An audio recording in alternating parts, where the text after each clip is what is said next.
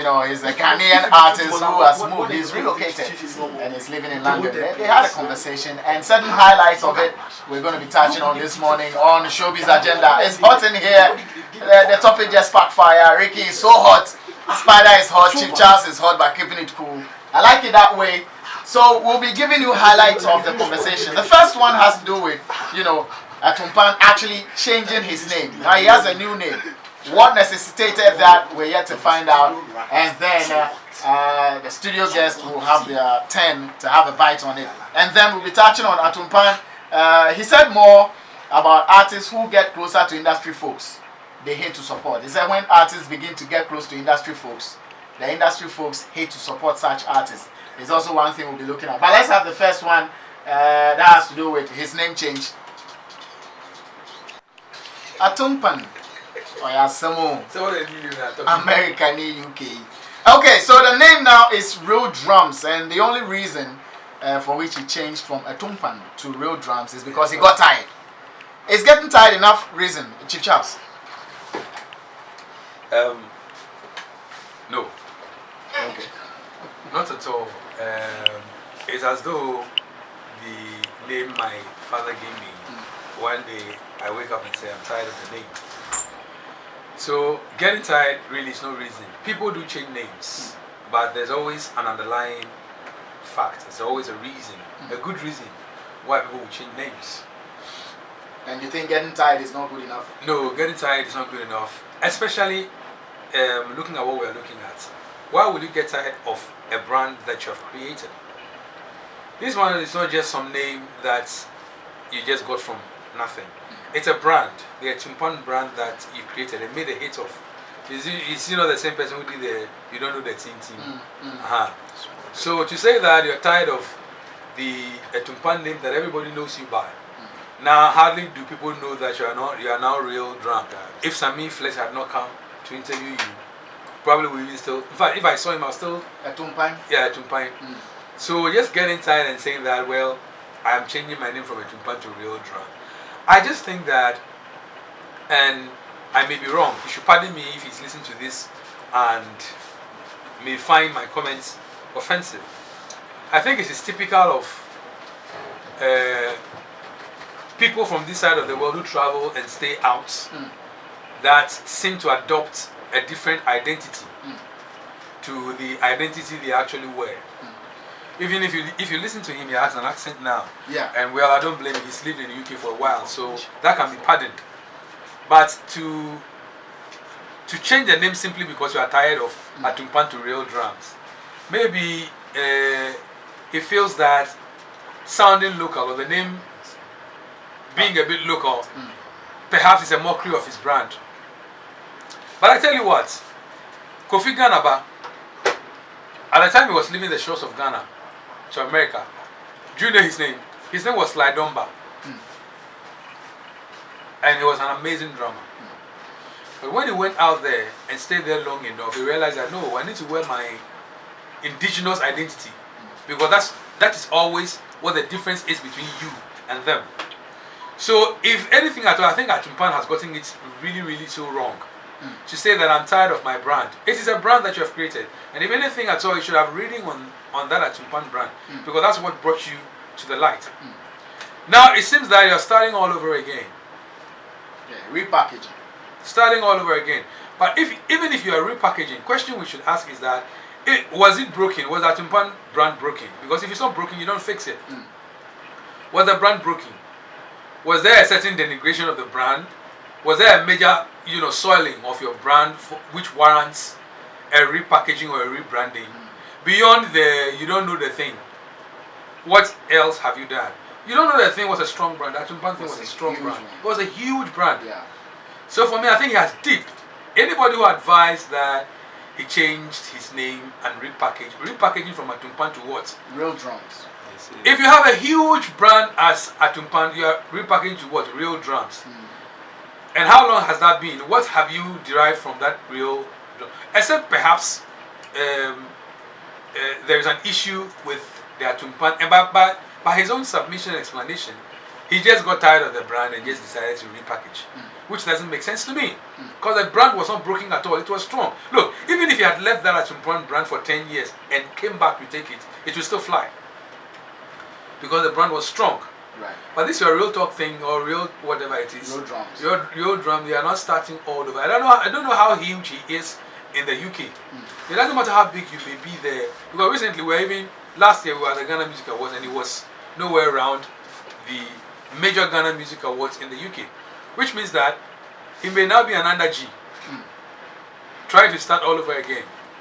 And for me, it's a no. It's a no for you. It's a no at all. You should go back to his Atumpan thing and try to do what we know him for. Right. And not this Atumpan. The Atumpan. Yeah. And not this Atumpan he's trying to do. Okay. Spider. Boss man. Are you for the name change? I'm against it. Oh, how could you be against it? Yeah, because I want to ask a question that if Atumpan should have been in Ghana, is he going to change the name Atumpan? He will say he is projecting the image of our culture and then Africa as a whole. So if Atumpan, by God's grace, maybe one hit has made you there. You are in UK now. You have a good accent. When you were in Ghana, you were speaking like the way I'm speaking the now. way you are speaking, yeah. Yes. Atumpan. Now is it from Atumpan or is it Atumpan? And Kofi now with this several years abroad. And you are changing the name Atumpan to Real Drums. The Real Drums, no, then is what? But you said Real Backbush. No, that is me. I said Backbush for real. I'm in Ghana. I can't go to UK and be saying Backbush for... No, I won't say that. But that's you.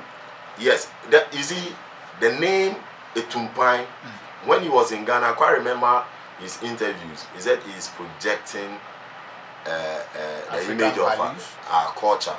You get it? So if what's not playing more it's not butchery now, and there was a Atumpan, if you say African, you are an African, you are projecting a talking drum. You get it? And he said you are changing into real what? Drums. Real drums. Why are you refusing to get the new name? Real Drums. Say Real Drums. No, I mean to me in Campo, Atumpan. You see, Samini was Batman. It was an animal. He uses an animal name. He got to a time, what's now, I said, no, let me change my name to Samini, which is a surname. Sangmene. Yes. He's projecting Africa.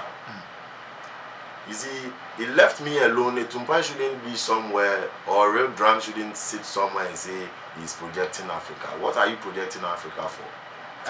For you to change your name, your African name that people knows. You have a follower. You've created a brand that people are following your brand. Now you've changed the brand to Abrofosem. You get me? So me, I don't side with him changing his name to Real Drums. All right. Yeah. Say that the more an artist gets closer to industry folks, they begin to hate to support the artists. The industry folks hate to support the artists. So it's like the more, let's say I'm an artist, the more I get to people like Chief Charles and Spider and Co, they in turn hate to support me. It's a bit some way, but that's what Atumpan is saying. But let's hear from him. Maybe we got it wrongly. So let's hear the audio. Is that really the case? Chief Charles will be on it. Spider will be on it as well. But I want to add one more highlight, out of the interview he had with Sammy Flex. And on this, he, talks about experience with middlemen in Ghana. I'm sure somebody has consumed something. So we're going to take Atumpan's experience, or Real Drum's experience with middlemen in Ghana. And then we'll join the two together. When you get close to industry folks, they hate to support you. And then his experience with middlemen. Quite interesting one. He books a show for you, tells you it's $5,000. You get there and you're giving $10,000, and you're supposed to give him a commission of $1,000 out of your $5,000. And he makes $6,000 and you make $4,000. When you went on stage, you went through everything to make sure the show happens. Okay, so we are putting these two together. What middlemen put artists through, and then how getting close to industry folks affect your career? Spider, let me start with you on this one. Yeah, I would say with the DJ's aspect, I don't side with Atumpan. Real drums. Real drums. I don't side with him because if I have friends, I'm an artist, and I have friends who are DJs, and because if I get close to them, they will not play my song. I think it doesn't make sense. The more they are my friends, the more they play my song. So I think me being a friend or friends with the DJs in the media entity, I think it's a privilege for me, for me as an artist to even if I recorded a song today now I can distribute it to the DJs that I have to play it. Does it always work like that? Yes. You see, and the industry is about whom you know. So if you know number of DJs, you should thank God that you can even sit at home and then send a DJ message, I'm listening to you, play my song. But there's this saying that familiarity breeds contempt. Like the more they get to see you around, the more you get to vibe with them. You become a part of them, and they take you for granted or something. Or the way you sell yourself, or the way you brand yourself to your friend, is how he is going to carry you. Okay. You get me? When you are close with someone, there should be a limit. You should know when, how, and what time to call the person or to communicate with the person. You shouldn't just wake up and because he is my friend, so you'll be calling him each and every day. No. You get me? There should be a limit. Okay. So that when the person sees your call, he knows, okay, this person is calling me. He's calling me for business. He's calling me for something. But when it happens that, because Sticker is my friend, so I'll call him in the morning, even unnecessary things, I'll discuss it with Sticker. If Sticker sees my call next time, he won't see a business-wise or a business move in my call that is coming. You get me? So for Atumpan to say an artist, like if you are a friend with a DJ, they will not play your song. No. Let me give an example. When Zylofon art was on, you get me? Look at where Kumi guitar came from. Look at where Kumi guitar came from. Sometimes you go to Hits FM. When Okreku was managing Kumi guitar, you go to Hits FM, Kumi guitar will be sitting at the reception holding his guitar, sitting there. We are going here. He even forced himself to feature people. You get for people to for him to feature people on his song. But when Zylofon art came on board, you get me, and they signed Kumi. Look at the number of radio stations that has been playing Kumi's song. You get me? Now, when this Zylofon issue came, how many times have you been hearing Kumi's song on radio? I don't know if you are getting where I'm coming from. Come. You see, how many DJs, how many radio stations have been playing Kumi guitar song? Because they feel okay, when Zylofon was on, I will have money from Kumi. But Kumi wasn't a friend to them. You get me? If Kumi should have been a friend to the DJs, I think even with Zylofon issues, they will still play Kumi's song. So if Atumpan has gotten that opportunity to be friends with DJs, and he said if he is close to the DJs, they will not play his song, they will see where he gets his source. I think I don't side with him. You don't side with him. He should utilize on being a friend with DJs. Right. And then the second one, the middleman issue. The middleman issue is ongoing. It's ongoing. Someone might call. You see, sometimes I feel bad. You see, let's be real. Let's be transparent. If we are transparent, we will have an industry in Ghana, a music industry in Ghana. But if we are not transparent, I think we will stuck at where we are. Because someone might call you, oh, Charlie Showbiz. A lot of radio presenters have been doing that. A lot of radio, because he's on radio. Someone might channel through him that, okay, I need maybe Galaxy for a performance. You will stand and charge. Maybe the person will say 20,000. Okay, maybe your mama will say, then he will call. When he calls, Charlie, me show you. You assume that the ownership of the show, which is very bad. You should know that the job that you are doing that brings you food on your table, the same way applies to the artist. So they will call Charlie, me show you person me Charlie say me say me mamu airtime, me mamu interview, me money. Then the artist or the manager will go like, okay, Charlie, because of the relationship, let's go and play. But you go, now I just can. What Jibe 20,000, we won't even give you a dime. Before you get to know, no, now I just can do that. And some two are like they will charge, and then they will, if it is 10,000, they will tell you it's 2,000, and with the 2,000, no, they still want a cut. Of a cut. So it's real. It's real. Atumpan is real. Drumz is making sense there. You get me? It's ongoing. I mean, some of the radio presenters or the media personnel or the industry players should stop those things. If you are a middleman, be transparent with the artist. You should know when you call Tiny. He said he just came back from studio. Yeah. That means he spent the whole night in the studio. Yeah, he's now going to sleep. By then, you, the radio presenter or the DJ, you are asleep. Not all of us. Not some. You get me? Then someone might call for a show. Then you be the manager, you be the PR, you be everything. The management. Let me put it in this. You be the management. Management to charge, and then you give the artist a tip. And the tip that you give the artist, look, you want a tip from it. Charlie, they are killing us. They are killing the artists in the industry. I mean, they should stop those men. If you are a middleman, me, I don't. When someone needs an artist and you have channel to the artist, just give the artist or the artist manager's number to the organizer or the event organizer to deal with them. To deal with them directly.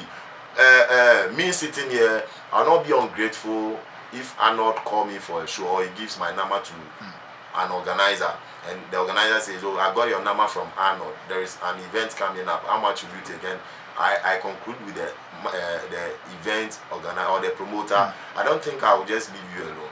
You give me something. I'll call you, Arnold. Thank you. Ejumana where over the buy now. I say na agent to the percentage. Now final transparent. Nice. What you say? Nice. Two together. Middleman.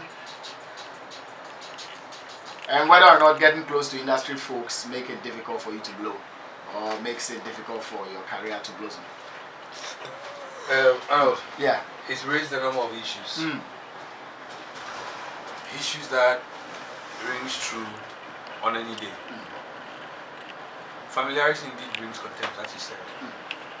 I have a song. I've got the Holy Ghost. I don't remember the last time Sticker or any DJ here on Zylofon played it. She said you laugh. I know the DJ. But the DJs here, this one I wish Sticker was sitting. But have you given it to them? Everybody has it, including Sticker. Okay. It's a new song they are supposed to promote. Whether new song or an old song, me Chief Charles, I have a song. And there is no single day I've been here that you have even opened my submission or whatever it is with my song. With your own song. When that Hafko is submitting, you put his song at the background and the song is playing. Straight. As if me, I just come to sit here, voice coach, but I play the song. At least I've recorded, play my song so that people will know that I'm worth my salt. I don't just talk. Yeah. Are you an artist? Me. Yeah. See, it's by that. I know you to be you see the question Spider asking. You see, me, I know you to be an MC. Yeah, it's a cappella done.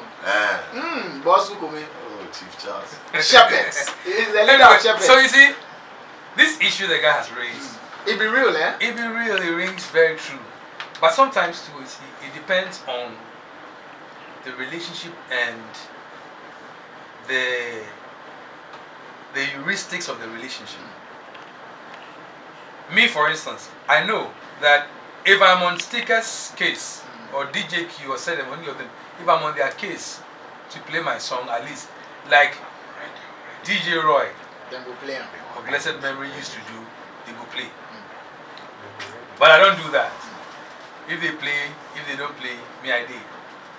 So sometimes what he's talking about, that when you get close to these people, there's a possibility of that. You become so familiar, they think that, oh, don't worry, we'll play, but they never. So the push sometimes must come from you, the artist, or the manager, or whoever it is that's doing promotion and marketing for the artist. Believe me, if you try to do it yourself, you may get into areas that will not be pleasant for you as an artist. That's why it's advisable for managers or artist promoters to be doing this on behalf of the artists. I say ideally, the artist should be relegated to creating and recording the songs. The marketing and promotion left to someone else. Unfortunately, here we mix up everything, where the artist has to be the one going out to promote their own thing. So sometimes you get into some of these areas and it becomes unpleasant. And I do share his sentiments. And this one too dovetails into the fact that middlemen, I'm just trying to get into the psyche of Atumpan. Maybe some of the reasons why he may have cut off from the industry so quick and rather would decide that, look, I'm going to stay in the UK. Maybe because he got into some of these difficulties. Again, with the middleman thing he's talking about, or the managers, look, it did happen. It did happen. Look, someone flew us all the way to Libya at the time in 2000 when they were changing the OAU to AU. It's a lady named Fusin Najaba at the time. And now I understand she's the same person. At some point she was managing Adebayo. This woman flew us all the way to Libya where they were changing the OAU to AU and all something presidents available. At the time, each person of my group, there were 4 of us, each person, I'm talking about 2000, was supposed to get about $10,000 for one person. In the year 2000? In the year 2000. All 4 of us didn't even get $1,000. 19 years ago. I'm telling you. All 4 of us. We only learned this when we got there and we interacted with some of the government officials. What we're supposed to get, even so someone just told you, oh, it's a national call, it's a national duty. Sweet talk, flew you all the way. And then collect your money to chop. And it's happening all over. Look, very recently, one of our Pundit friends was managing an artist. And said, oh, Chief Charles, oh, you are stylish, I want you to help me, style my artist, blah, blah, blah. I said, oh, shall you be friend, I will do for you. Then I had to do it for gratis, do it for friend. Apparently he had charge. And taking money. He had charge and taking money. But he didn't sort you out. No. He told me, oh, just transport this one. And for me, I was just doing it. Why do killers do that? People, and you see, it was when I was done with the first one, the management of the artists they were so happy. Then they contacted me later and said, oh, we want to do a second video, but we're really happy about the way you styled this guy. Let's negotiate so that, because the first one was so much. I said, so much. I didn't charge you. They say, hey, you didn't charge money. I said, no. Hey, and this guy took this money from us, and that was a yawa. So they were coming back to negotiate. And then I realized that, oh, this guy had taken money on my head. He chopped on your head. He chopped on my head. See this thing? It happy all over the place. They go negotiate, take their money, they go tell you story. If you follow the story, you go work for Kwawu. When Gama saying Chuni and Kwawu, means that you have gone to work for nothing. So as for that one, he's spot on. Happens. And so like Spider said, if we're going to have an industry, these things must cut out. See, by conventional standards, if you're a middleman or a finder, you are entitled to 15%. And even negotiate by conventional standards, no problem. And like I was saying, that Spider said, if we can build an industry, all these things must stop. And I was saying that by conventional standards, you lead somebody to a business manager, you're entitled to 15%. Some even negotiate. You can negotiate amount, but for God's sake, be transparent. Charlie, I charge 10,000 on your head, I'll take 2,000. Let's negotiate. But where people will go and say, oh, it's 10,000 when they have charged 30,000. You think people won't find out? They'll find out later. These things always have a way of coming out. They'll find out. It always comes out. So who did this to you? I will not mention it. You want me to mention it?